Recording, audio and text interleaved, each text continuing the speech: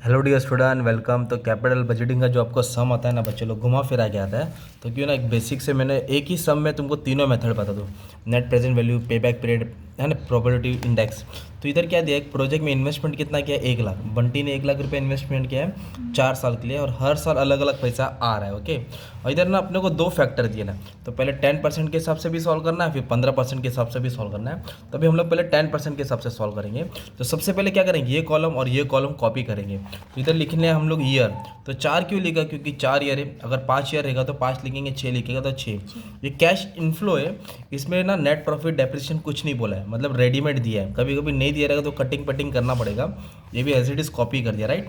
अभी हम लोग कौन सा फैक्टर कर रहे हैं, 10% के लिए सॉल्व कर रहे हैं। किसके लिए सॉल्व कर रहे हैं, 10%। और 10% का फैक्टर दिया है, देखो 0.901, 1 2 3 4, एज इट इज कॉपी करना है। और कभी कभी मान लो ना सिर्फ 10% ही बोला रहता है, ये दिया नहीं रहता, तो आपको ढूंढना पड़ता। तो कैसे इसका फॉर्मूला था, 1/1 plus r, P V factor निकालने का फॉर्मूला। तो आर बोलो तो 10% होता है ना बच्चा, और 10% बोलो तो क्या होता है, 10/100 होता है। और 10/100 0.1 होता है, ये हो जाएगा 1.1। कितना हो जाएगा, 1.1। तो आपको क्या करना पड़ता है, 1 को डिवाइड करते थे 1.1 से, तो इक्वल दबाते थे ना, तो तुमको फर्स्ट का आंसर मिलता। फिर इक्वल दबाते तो ये सेकंड का मिलता, फिर इक्वल दबाते थर्ड का मिलता, है ना, इक्वल इक्वल करके। ओके, वैसे 15% है तो इसका 1 डिवाइड बाई 1.15 है ना। तो अभी ये दिया है तो इसका फिक्र नहीं है, नहीं दिया रहता तो करना पड़ता। अब हम क्या करेंगे, प्रेजेंट वैल्यू निकालेंगे। क्या निकालेंगे, इन्वेस्टमेंट कितना किया है हमने, 1 लाख। इन्वेस्टमेंट कितना किया है, 1 लाख उस प्रोजेक्ट में। अपनों को पता है ना प्रोजेक्ट को वायबल है कि नहीं, अच्छा है कि नहीं, प्रॉफिटेबल है कि नॉन प्रॉफिटेबल, इन्वेस्टमेंट करना है कि नहीं करना है। तो ये सब रेडीमेड दिया है। अब क्या करेंगे, इसको इससे मल्टीप्लाई करेंगे ना तो ये वैल्यू मिलेगा। मैंने टाइम बचा दिया, इसको इससे मल्टीप्लाई करें तो ये वैल्यू मिलेगा। इसको इससे क्या करें, मल्टीप्लाई करें। टोटल देखो कितना है, 1,14,770, ये आ गया टोटल। अच्छा, इन्वेस्टमेंट कितना किया था, 1 लाख। तो अभी फर्स्ट है नेट प्रेजेंट वैल्यू। क्या निकालने का अपने को, नेट प्रेजेंट वैल्यू। तो नेट प्रेजेंट वैल्यू का फॉर्मूला क्या है मालूम है क्या, बोलो, टोटल प्रेजेंट वैल्यू, बोलो, प्रेजेंट वैल्यू माइनस इन्वेस्टमेंट, है ना। माइनस टोटल प्रेजेंट वैल्यू मतलब इसका टोटल 1,14,710। इन्वेस्टमेंट मतलब कैश आउटले, जो पैसा तुम्हारा बाहर जा रहा है। तो कितना रुपया बाहर जा रहा है, 1 लाख।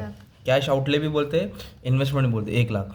अभी दोनों को क्या करेंगे हम लोग, माइनस करेंगे। तो आंसर तुम्हारा प्लस में आ रहा है, किस में आ रहा है, प्लस मतलब ये प्रॉफिटेबल होता है। माइनस आता तो वो लॉस वाला। तो ये कौन सा मेथड हो गया, नेट प्रेजेंट वैल्यू। कौन सा हो गया, नेट प्रेजेंट अभी मैं प्रॉफिटेबिलिटी इंडेक्स बताता हूँ। तो प्रॉफिटेबिलिटी इंडेक्स में क्या करना है, जैसे नेट प्रेजेंट वैल्यू में हमने माइनस किया ना, तो प्रॉफिटेबिलिटी इंडेक्स में क्या करना है, जो माइनस वाला आइटम है ना उसको हम डिवाइड करेंगे। क्या करेंगे, इसको डिवाइड। 1,14,710 को इससे क्या करेंगे हम लोग, डिवाइड करेंगे, तो 1.147, है ना। ये 1 से ज़्यादा है, इससे ज़्यादा है 1 से, मतलब ये भी प्रॉफिटेबल है। तो इसमें माइनस करना है और इसमें क्या करना है, डिवाइड करना है। Okay, simple. और 1 से ज़्यादा बोले तो प्रॉफिटेबल, 1 से कम बोले तो लॉस। अब एक लास्ट वाला क्या है मालूम है क्या, पे बैक पीरियड। तो पे बैक पीरियड में ना पीवी फैक्टर का कोई लेन देन नहीं है। आपको क्या करना है, ये कैश इनफ्लो है ना उसके साथ छेड़छाड़ करना है। मतलब पहले क्वेश्चन को कॉपी किया, फिर उसका क्यूमुलेटिव निकालेंगे, मतलब ऐड अप करते जाने का। पहले कितना 50,000 लिखेंगे, 50 को 40 ऐड करेंगे, कितना होएगा 90। 90 को कितना ऐड होएगा, 90 को कितना ऐड होएगा 30, तो कितना हो जाएगा 1,20,000। 1,20,000 को कितना ऐड हो जाएगा 20, तो ये हो जाएगा 1,40,000। पर इन्वेस्टमेंट कितना किया था, 1 लाख। और ये तुमने ऐड अप करते ही है। तो पे बैक पीरियड मतलब कितने साल में पैसा वसूल होगा। तो देखो 1 लाख कहाँ क्रॉस हुआ, इधर क्रॉस हुआ नहीं, सेकेंड ईयर में क्रॉस हुआ नहीं, थर्ड ईयर में हुआ ना। तो इन दोनों के बीच में ऐसा लाइन मार देने का, इधर क्या मार देने का, एक लाइन मार देगा। एक एरो ऊपर ले लो, इधर एक एरो किधर ले लो, नीचे ले लो। अब इसको काउंट करो कितना साल गया, 1 साल 2 साल, इधर लिखेंगे 2। अगर मान लो 1,30,000 रहता तो इन दोनों के बीच में आता ना, तो 2 की जगह पे क्या आता, 3 आता है। अब इधर क्या फॉर्मूला डालने का, ऐसा लाइन मारने का, ठीक है। तो इधर इन्वेस्टमेंट लिखने का, इन्वेस्टमेंट कितना था 1 लाख, इन्वेस्टमेंट कितना था 1 लाख।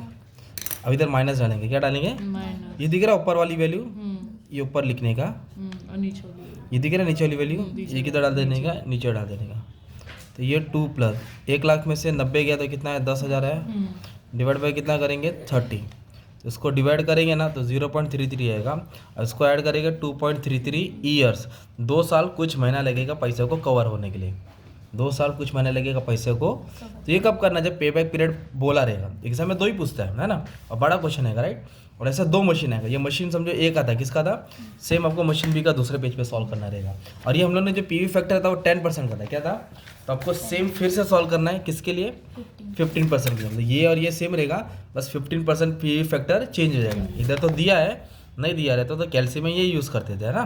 फिर वापस से अब net present value, profitability index निकालेंगे, अगर ये पूछा तो ये भी निकालेंगे। मतलब एक ही सब में सब पढ़ा दिया। Okay, thank you very much and all the best for the exam.